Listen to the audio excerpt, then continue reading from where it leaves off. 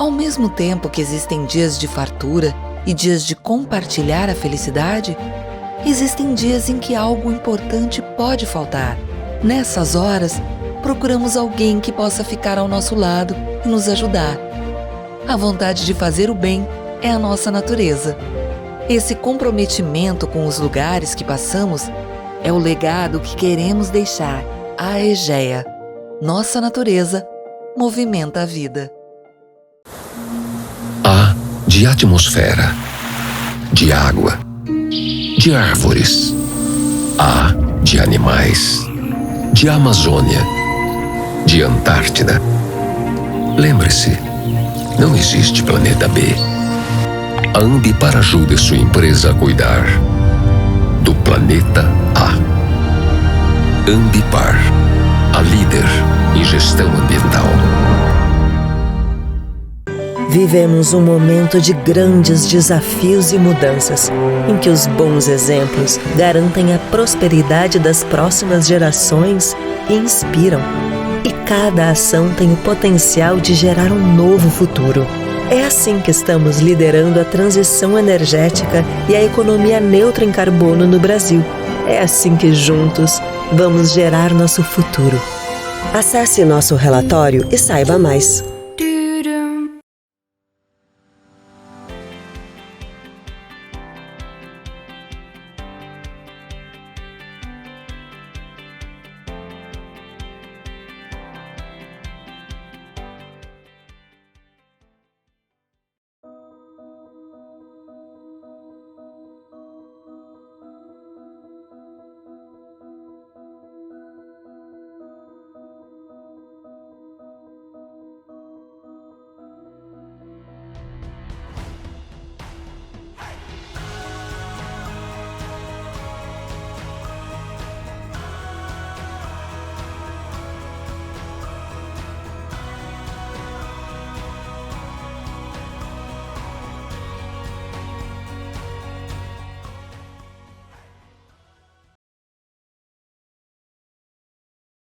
Não há soluções prontas para lidar com os desafios que as mudanças climáticas trazem para a saúde, nem para as questões emocionais e mentais que o contexto pandêmico potencializou.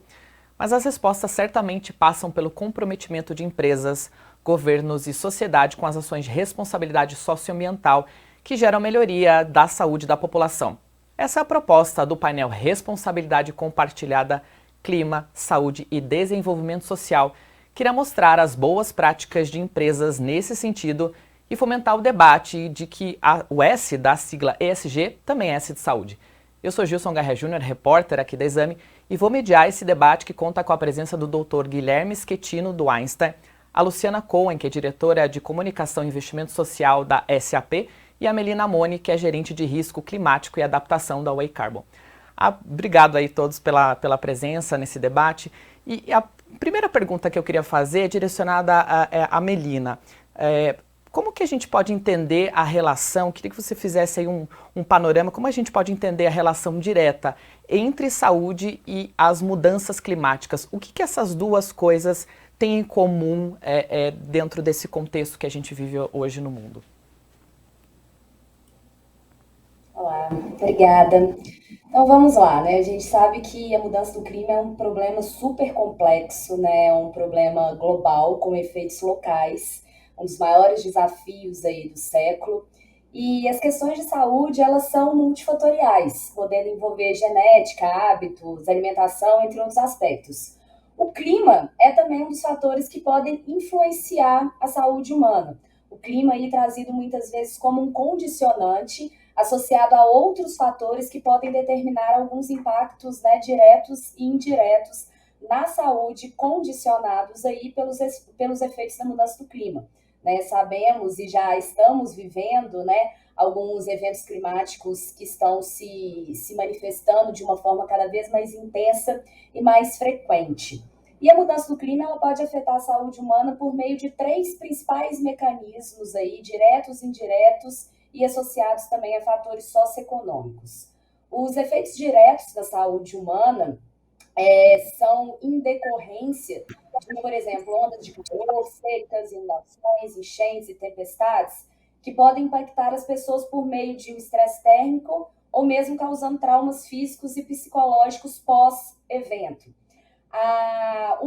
Alguns efeitos indiretos aí trazidos pela mudança do clima no meio ambiente, eles podem alterar a qualidade da água, a qualidade do ar. Sabemos que muitas mortes estão associadas aí a essa qualidade do ar, que de certa forma está relacionada também com a mudança do clima.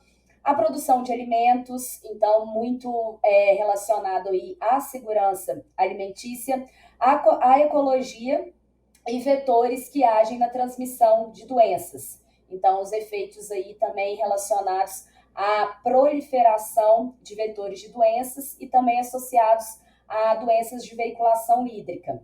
E os efeitos socioeconômicos, né, em que rupturas sociais, demográficas e culturais desencadeiam migração de grupos que dependem de recursos naturais que possam estar escassos já agora ou que estarão escassos aí ao longo dos anos, de acordo com os efeitos trazidos pela mudança do clima, reforçando também esses conflitos aí que estão condicionados aos efeitos climáticos, como, por exemplo, um problema muito grave que a gente vive aqui no Brasil, que são as condições de secas mais prolongadas. Então, no meu entendimento, eu acho que o clima, como eu disse, né, muitas vezes associados a alguns outros fatores, principalmente fatores socioeconômicos, eles podem afetar a população de forma direta e indireta. Até pegando esse gancho que você trouxe aí da questão de seca, a poluição nas grandes cidades, direcionando minha pergunta para o Dr. Guilherme. Como que o setor de saúde no Brasil está preparado para enfrentar as questões de saúde que são consequência das questões climáticas, como a poluição, por exemplo, enfim, outras questões que tem essa relação aí, como a Melina estava explicando. Como que o setor de saúde está preparado nesse sentido para atender essa população? Gilson, primeiramente, obrigado pela oportunidade de participar desse fórum. A Melina pontuou bem, né? Hoje está muito claro para todos, e isso foi reforçado por um relatório da Organização Mundial da Saúde durante a COP26 no ano passado em Glasgow, que as mudanças climáticas hoje são os principais ameaça à saúde da humanidade, né? E lembrar que isso foi dito durante uma pandemia, né, de um vírus respiratório, só reforçando a importância das mudanças climáticas quando a gente fala em saúde da população. O mundo começa a discutir isso hoje, eu acho que dando a importância necessária para o tema, né? No Brasil, nós estamos atentos, mas existe muito ainda a ser feito, né? Acho que o Brasil ele tem o sistema de saúde no Brasil, ele tem uma característica, né, de ser um sistema único de saúde, né, um sistema de saúde voltado ao atendimento de toda a população. Isso facilita a nossa atuação quando a gente fala em políticas de saúde e, obviamente, é permitido, dentro desse sistema único de saúde, de atuar como, de forma suplementar, instituições privadas de saúde que trabalham em conjunto com o Ministério da Saúde, aí buscando soluções para problemas já existentes e problemas futuros em relação à saúde, essa relação de mudanças climáticas e saúde, né? Nós, aqui no ICE, nós temos o privilégio de atuar tanto junto ao Sistema Único de Saúde quanto à saúde suplementar, né?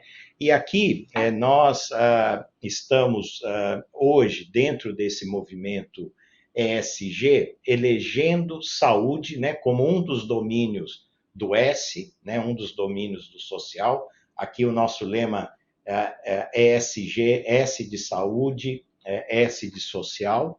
E nós estamos sempre tentando correlacionar como as mudanças climáticas podem afetar a saúde dos nossos dos usuários do nosso sistema de saúde, e reforço novamente, sejam eles do SUS ou da saúde suplementar, como as mudanças climáticas influenciam a saúde dos nossos colaboradores, né? E o Einstein hoje nós somos 16 mil colaboradores, mais os seus dependentes, né?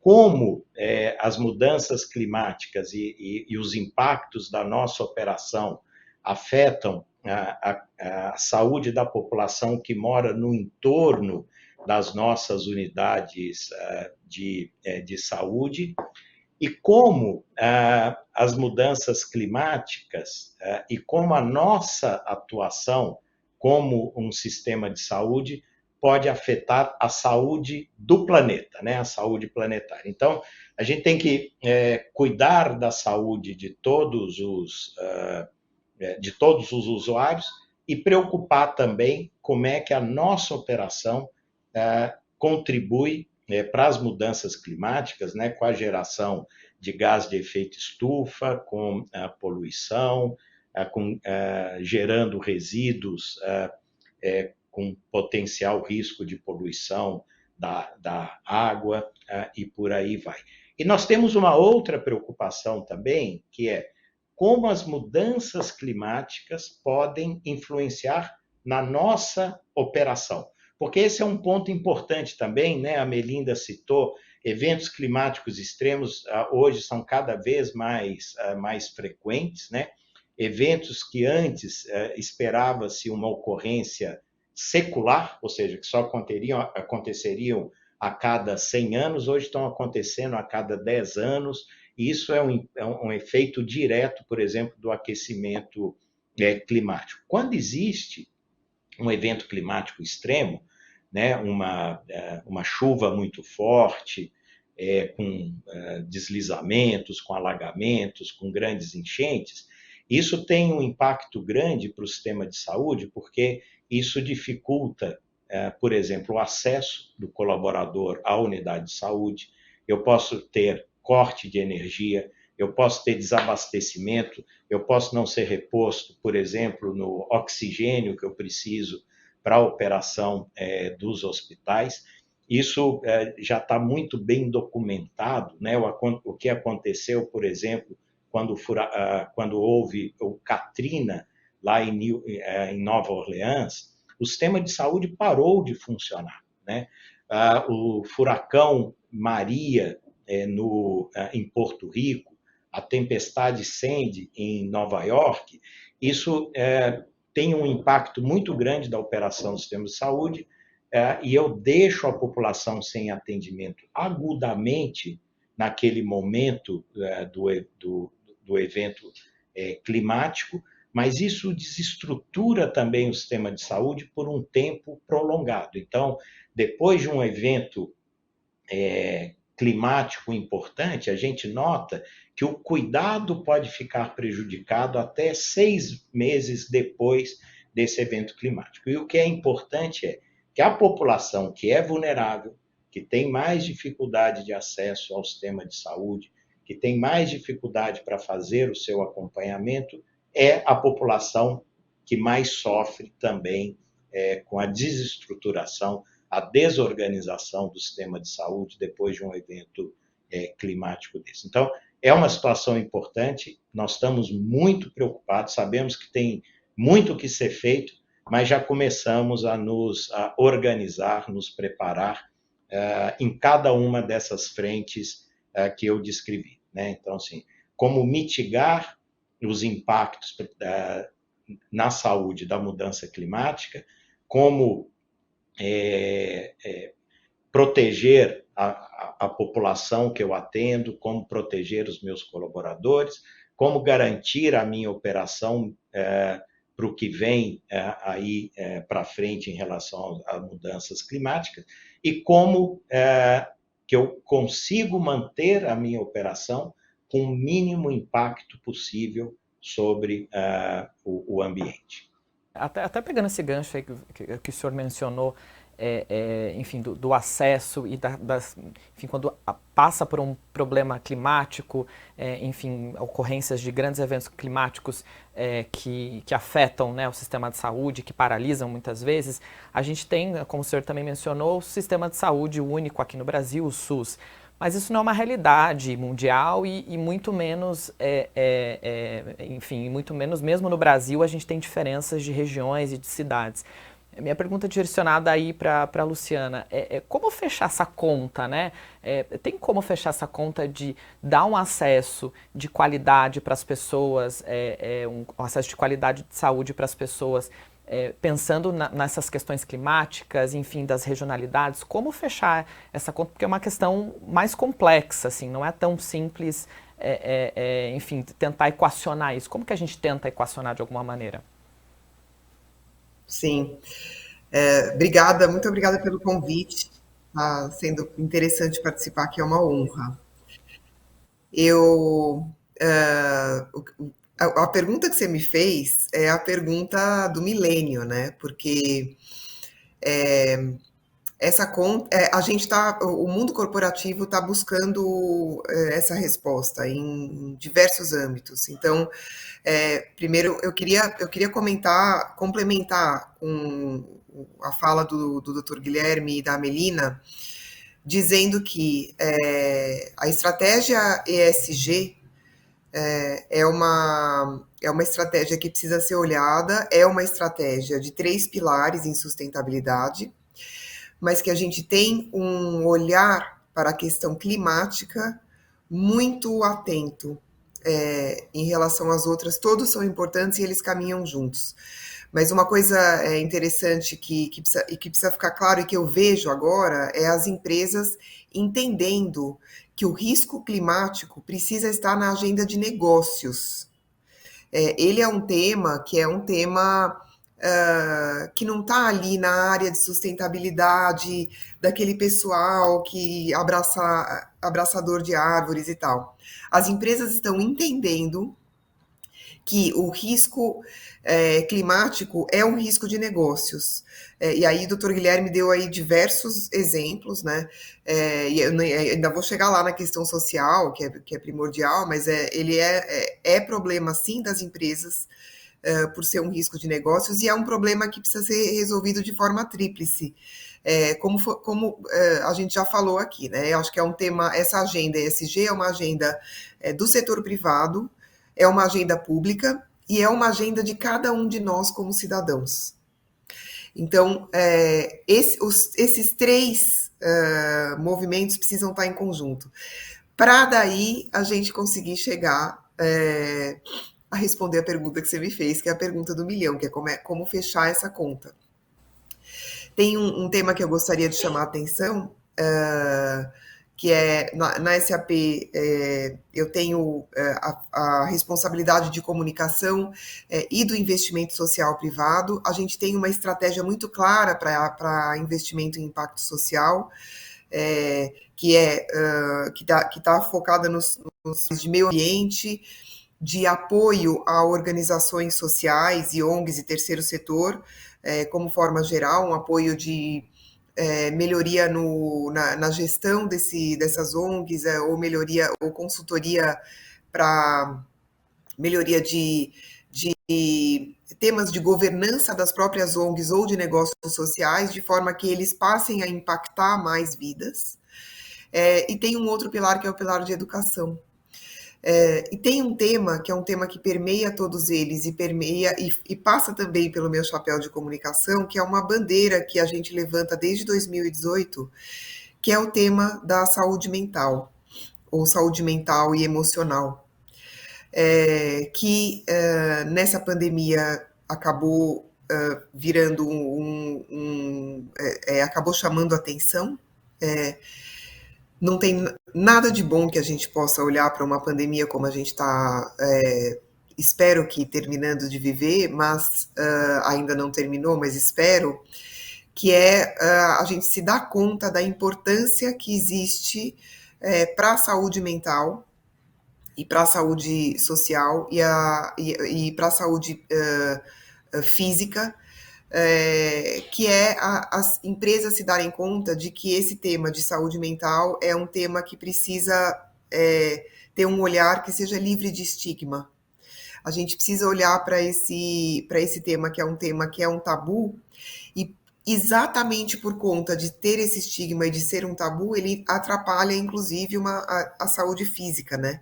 A gente tem um olhar, às vezes, que é de olhar para um e para outro separadamente, mas doutor Guilherme até que está nessa área, pode comentar, mas tem uma questão que é uma pessoa com depressão e com um problema cardíaco, eu estou dando um exemplo, ela talvez por conta da depressão não faça o tratamento direito do seu problema físico. Então, essas duas questões do ponto de vista de saúde estão juntas.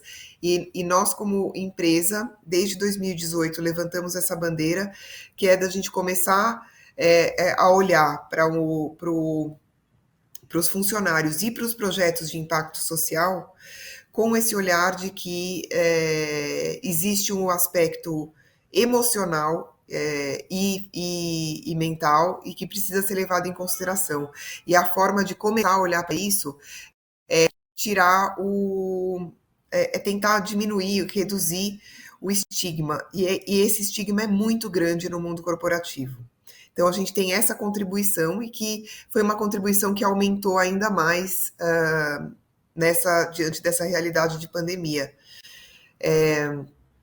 E tudo isso para dizer, sim, que eu concordo com o doutor Guilherme que o S, dentro desse S, que é o S social, certamente está o fator saúde, certamente, sim, em todos os seus aspectos.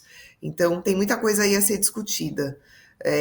O ESG é bastante coisa. Até pegando esse gancho aí que você falou, né, enfim, do S, né, que também é saúde. Doutor Guilherme, o setor privado, ele contribui muito, né, o setor privado de saúde contribui para, enfim, para resolver os problemas de saúde da população, mas ele também emite, é emissor de carbono do efeito estufa, enfim, ele também contribui de alguma certa maneira.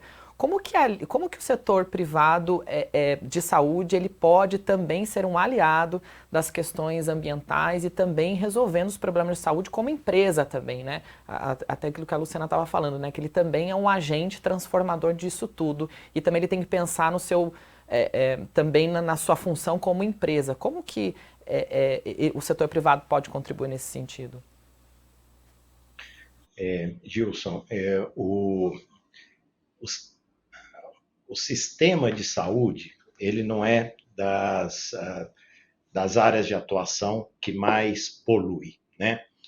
Hoje existe uma estimativa, quando a gente fala de sistemas de saúde, que nós somos responsáveis aí pela emissão de praticamente 5% do que é gerado de gás de efeito estufa, isso olhando em relação ao mundo, né? Então, se nós pensarmos aí que quase 10% do PIB está relacionado com a saúde, proporcionalmente o sistema de saúde gera pouco gás de efeito estufa. Mas 5% é bastante, né? E a gente tem como buscar esta redução. Aqui eu acho que tem um ponto importante que não importa, né, se o sistema é privado ou é público de saúde, a forma como é feita a operação tem que ser sempre olhada com essa atenção em gerar o menor impacto possível em relação a consumo de energia, a geração de gás de efeito estufa, né, a gerar e tratar adequadamente o lixo hospitalar que é gerado pela sua operação, né? Então, aqui no AIST existe um esforço muito grande, né, de rever aí o uso, o melhor uso possível de energia, utilizar energia de fontes renováveis, olhar não só para o que nós fazemos nas nossas unidades privadas, mas também num grande número de unidades que nós temos voltadas ao sistema único de saúde, aqui na cidade de São Paulo, e fora também aqui do estado de São Paulo. E tem muito que pode ser feito. E eu vou dar um exemplo interessante, que é algo que nós estamos investindo atualmente, e acho que com resultados muito importantes, que é o uso da telesaúde, né? Telesaúde me permite fazer o acompanhamento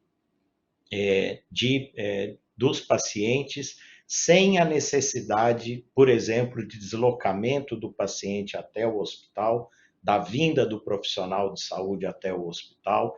Então, com isso, eu economizo combustível, a queima de combustível fóssil, né, no deslocamento de pessoas, além de precisar de menos espaço físico com iluminação, climatizado, e por aí vai, né? Isso eu vou pegar aqui até um gancho também do que foi dito pela Luciana, né? O uso de telesaúde, ele é muito importante para aumentar o acesso das pessoas ao sistema de saúde. Isso pode ser feito com um impacto ambiental menor e tem sido muito útil no acompanhamento de pacientes com doença mental ou em risco de desenvolver doença mental. Durante a pandemia, nós tivemos a oportunidade de usar, de acelerar o uso de plataformas de saúde digital, tanto para cuidar de pacientes com Covid que estavam em casa, mas também muito para dar apoio e realizar o atendimento de pacientes com ansiedade, com depressão, dos nossos profissionais com risco de burnout. Então, eu acho que é uma solução tecnológica que tem mostrado o seu potencial e que a gente acredita muito aí no futuro. Eu acho que até esse é um ponto, né, que a gente pode discutir depois. Nós vamos precisar de inovações tecnológicas para combater as mudanças climáticas, né? Eu acho que só o esforço que está sendo feito hoje, que vai precisar de ser feito no futuro, particularmente para a redução da emissão de gases de efeito estufa, se nós não contarmos com inovação tecnológica, o cenário fica muito, muito sombrio. Até um ponto aí que tanto o senhor quanto a Luciana também trouxeram, eu queria jogar aí para a Melina para a gente fechar esse tema de roda com os três.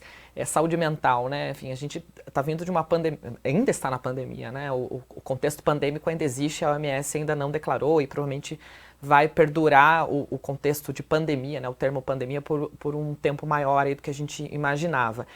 E saúde mental é algo muito importante aí que as empresas precisaram olhar e precisaram entender, né, enfim, trabalho remoto e contextos aí também que eram praticamente quase impraticáveis se a gente fosse ver há 2, 3 anos atrás, né, trabalho remoto, daí doenças, né, como burnout, né, enfim, até a reclassificação do burnout como uma questão de saúde, e jogando aí para a Melina, né, como pensar nas práticas de ESG e como tentar resolver esse problema como empresa, tentar resolver esse problema como sociedade, pensando nas práticas ESG, pensando na saúde mental das pessoas, dos colaboradores, das pessoas que estão aí dentro das empresas.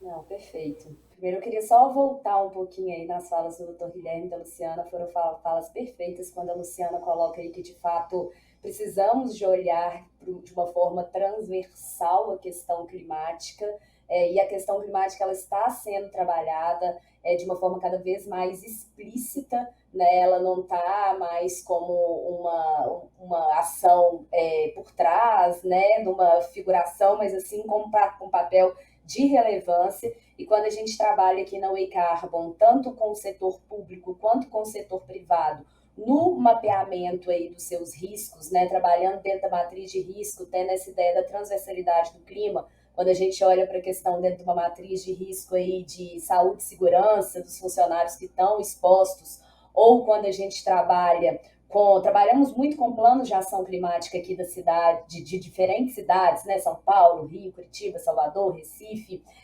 e essa questão da saúde, da vulnerabilidade da população, né, como foi falado aqui, os grupos mais vulneráveis serão aqueles que serão mais afetados e aqueles que talvez tenham menos capacidade de resposta, aí já de atuar na adaptação, né, no como vai ser revertido esses impactos trazidos pela mudança do clima. Temos sempre que ter esse olhar focado para a vulnerabilidade, para aquela população mais vulnerável, né, trabalhar ali junto com o cidadão, e aí as instituições privadas, né, têm um papel muito importante de promover e de financiar essas inovações, essas tecnologias, esses contatos, de estar ali próximo, né, na construção de política pública com a parceria público-privado. E lembrando sempre que a gente deve fomentar aí a justiça climática, né, a justiça social. Não trazer ações de tecnologia, né, ou ações que possam promover dentro desse processo aí do ESG, né, de trabalhar junto com o cidadão, mas trabalhar junto com o cidadão no sentido de inclusão e promovendo essa justiça social e não exacerbando, né, a vulnerabilidade que já existe em determinadas sociedades, né? Então, assim, quando formos pensar em ações para reduzir esse risco, né, para ações que visam a qualidade de vida da população, a gente deve sempre pensar nessa questão de não promover ainda mais a vulnerabilidade, de não promover ainda mais a segregação, muito pelo contrário, né, de trabalhar sempre com essa inclusão, de trazer o cidadão para mais perto, de trazer o compartilhamento do conhecimento, o senso de pertencimento, né, quando a gente trabalha com cidades, é muito interessante que a gente visita as comunidades, né, a gente está ali próximo, conhece a realidade de cada um, para que, de fato, todo esse processo ele seja um processo inclusivo e não um processo que amplie cada vez mais a segregação e as questões de vulnerabilidade que a gente sabe que é muito forte aqui dentro do nosso país, né? Então, por isso, nós, enquanto consultoria, temos um papel muito importante de mapear, de trazer todo esse diagnóstico, de trazer toda a problematização e a complexidade da mudança do clima, né? E o setor privado, junto com as parcerias, né, com a sociedade civil, né, com as ONGs, de promover todo esse processo de uma forma aí que seja inclusiva e cada vez mais presente aí no nosso dia a dia, né, na nossa sociedade, porque o clima já está mudando, independente das causas, já sentimos os efeitos e devemos trabalhar em todas as pontas, né, como o Dr. Guilherme falou, tanto na redução das emissões de gases de efeito estufa, né, quanto na adaptação desses impactos que já vivemos hoje, que são em cadeia, né, não é só uma população que é atingida, é a mobilidade da população, é o acesso de equipamentos, né, o fornecimento de energia. Então, ter essa visão sistêmica, né, o risco climático, ele é sistêmico, ele deve ser trabalhado em toda a sua amplitude. Agora para a Luciana, enfim, acho que tudo isso que a gente está falando, enfim, tudo é conectado, né? Acho que é legal que vocês estão fazendo aí, né?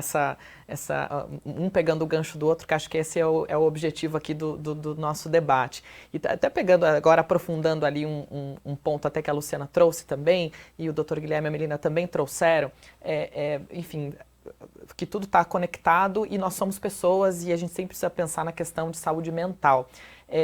E a gente esquece muitas vezes que os líderes, né, que estão na gestão aí das empresas também têm a sua própria saúde mental, né, e também precisam muitas vezes ser o espelho dos seus liderados, ser o espelho das suas empresas, os CEOs, muitas vezes, né, a gente vê, eles precisam, às vezes se mostram como não vulneráveis, enfim, como que é o papel da liderança para mostrar que dentro do ESG, esse S de saúde, a saúde mental é tão importante para tentar, enfim, resolver os problemas de saúde mental nesse momento que a gente vive aí de pandemia, pós-pandemia, ruim esse termo pós, porque ainda não acabou, mas como que a gente, como que os líderes, qual que é o papel da liderança nesse sentido?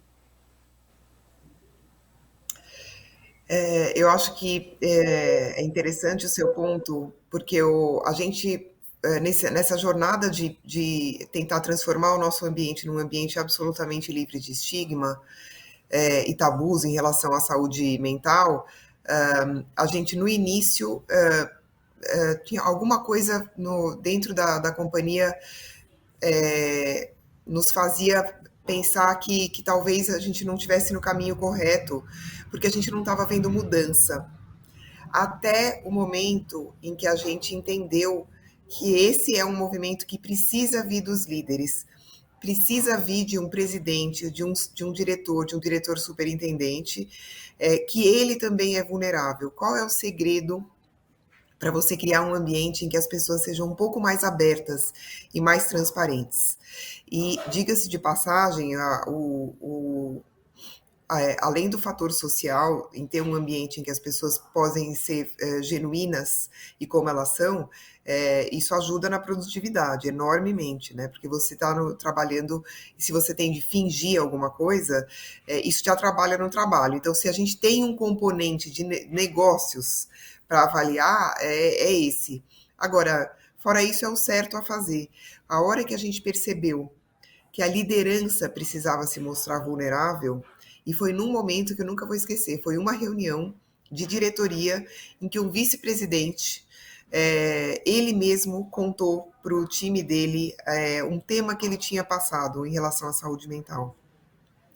Só aí que o time dele começou a se abrir de volta, a ser um pouco mais transparente e aberto nas suas questões. E aí a gente entendeu que o nosso projeto tinha que começar pela liderança. Tinha que começar por a gente entender como os altos executivos, a gente precisa entender que a gente precisa se mostrar vulnerável. Só dizer que agora está aberto não adianta. Você consegue ser aberto? Você entende como líder que a gente não está mais num mercado que é um mercado em que os presidentes, as presidentes, diretores, diretoras precisam se mostrar super-homens e super-mulheres e que não mostram nenhuma fragilidade em nenhum momento, e aquela coisa antiga de que os problemas pessoais precisam ficar para fora, e aqui na empresa a gente tem essa postura, que é a postura corporativa, isso não existe mais, porque não funciona. A gente não separa o que a gente é, né? O que a gente está vivendo dentro. Então, se a gente tiver um mínimo de abertura, eu tenho uma coisa simples que é bacana de fazer em início de reunião, que é uma ferramenta chamada check-in, que você vai começar uma reunião, cada um pode falar em 20 segundos como é que você tá, cada um fala, é um check-in, eu estou entrando nessa reunião, bom, hoje eu estou um pouco mais nervoso porque aconteceu uma coisa no meu carro na vinda e o meu carro está na rua sendo consertado e eu tive que pegar um táxi, foi um contratempo, então eu estou nervoso, sabe? É isso, você não precisa abrir a tua vida inteira, mas é cada um saber que, olha, eu chego aqui não dando o meu melhor como profissional, mas não exatamente que eu consigo deixar tudo que eu passo na minha vida, não é uma coisa como um carro, eventualmente eu estou vivendo eu estou saindo de uma depressão, eventualmente eu tenho um caso de saúde mental gravíssimo na minha família, que mexe comigo. E que vai mexer no meu trabalho. Não adianta achar que não vai. Então, esse é um tema que para nós é muito, muito relevante. E até quem quiser me chamar no LinkedIn, a gente está juntando forças aí de outras empresas do mundo corporativo para continuar esse trabalho, que é um trabalho essencialmente de cuidado com os funcionários, para termos um ambiente de trabalho que seja livre de estigma. Até pegando o seu gancho, assim, a gente está chegando já, parece que a gente está chegando já no fim aí do nosso bate-papo. Eu queria ir para o Dr. Guilherme para a gente tentar aí finalizar, pegando esse teu gancho aí também, enfim, de tirar esse estigma dos líderes se mostrarem vulneráveis. Doutor Guilherme, como que essa pauta da saúde mental e de mostrar essas diferenças, essa diversidade que tem no mercado de trabalho, como que isso está na pauta dos profissionais de saúde? Como que eles estão lidando com isso dentro do setor privado? O Gilson, eu acho que nós que somos da área de saúde, a gente tem algumas facilidades e alguns desafios maiores quando a gente fala de saúde mental, né? Eu acho que, assim, por ser uma instituição de saúde, nós entendemos saúde mental, né, como um dos cuidados relacionados ao cuidado de saúde, né? Então, assim, eu acho que nós, profissionais de saúde, entendemos melhor essa situação e, como a Luciana disse, eu acho que nós temos menos resistência e menos preconceito de lidar com isso, com a atenção que precisa ser dada, né? E sem discriminar a pessoa ou o nosso funcionário que está passando por um momento de dificuldade ou que tem um quadro de saúde mental que precisa de ser tratado adequadamente, né? Da mesma maneira que a gente precisa de tratar aquele que é diabético, aquele que é hipertenso, né? Aquele que tem qualquer outra doença. Então, eu acho que esse é um ponto que nos ajuda. Eu acho que nós tivemos uma situação durante a pandemia que fortaleceu muito essa nossa discussão de saúde mental com os funcionários aqui do Einstein. Eu acho que profissional de saúde é mais suscetível à doença mental, né, pela própria atividade, né, de lidar com dor, com sofrimento, de trabalhar 7 dias por semana, de trabalhar à noite. Tudo isso foi posto à prova durante a pandemia, né? Então, acho que 2020, principalmente 2021, todos nós vivemos aí uma necessidade de trabalho que superou tudo que era aceitável, que era programado. Então, a instituição passou a ter um olhar ainda maior, ainda mais organizado, ainda mais estruturado em relação à saúde mental do colaborador, né? Com várias ações e ações que tiveram resultados muito importantes. Então, assim, nós temos um programa de saúde para os nossos colaboradores, chamado Cuidar, né, que a gente olha a saúde como de forma mais holística, dando uma atenção especial para a saúde mental. Saúde mental é a nossa, aqui no Einstein, a principal causa de afastamento do profissional da sua escala de trabalho, né? Então, saúde mental é olhado com muito atenção. Depois, durante a pandemia, foi criado um outro programa chamado Ovid, né, fazendo aí um trocadilho com o Covid, onde a gente, de uma maneira proativa, ia nas unidades, né, para conversar com os profissionais, mesmo durante a jornada do trabalho. Profissionais de áreas que estavam menos sobrecarregadas iam para lá para conversar, para ouvir, né, para fazer um momento de relaxamento, para criar uma sala de descompressão que funcionasse para aliviar a tensão dos profissionais de saúde naquele momento. Isso foi uma necessidade durante a pandemia, né, e que está sendo mantido agora e com resultados muito interessantes. Nós usamos isso para olhar para dentro da instituição, olhamos isso para oferecer também esses serviços para outras empresas que sentem a necessidade de olhar melhor para a saúde mental do seu colaborador. Eu vou só encerrar, eu acho que com um ponto também interessante, né? Nós estamos falando aqui também de mudança climática. Existe hoje um conhecimento bastante grande que mostra o impacto das mudanças climáticas, né? Principalmente ondas de calor ou picos de poluição em aumentar a incidência de ansiedade, depressão, de comportamento violento e de suicídio na população, né? Então, acho que todo mundo já está num ponto de estresse emocional grande. Quando vem algo do ambiente piorando essa situação, o efeito é muito visível, né? Então, só mostrando aí a pertinência dessa nossa conversa de hoje, de não dissociar, né, clima, ambiente de saúde, particularmente quando a gente fala de saúde mental. Né? Nesse contexto todo, a gente fecha aí que esse S, né, do ESG também é de saúde. Muito obrigado aí todos, né, Luciana, Melina e o Dr. Guilherme aí por esse papo, e espero que você aí em casa que tenha assistido tenha gostado. Muito obrigado, viu, gente, e até uma próxima.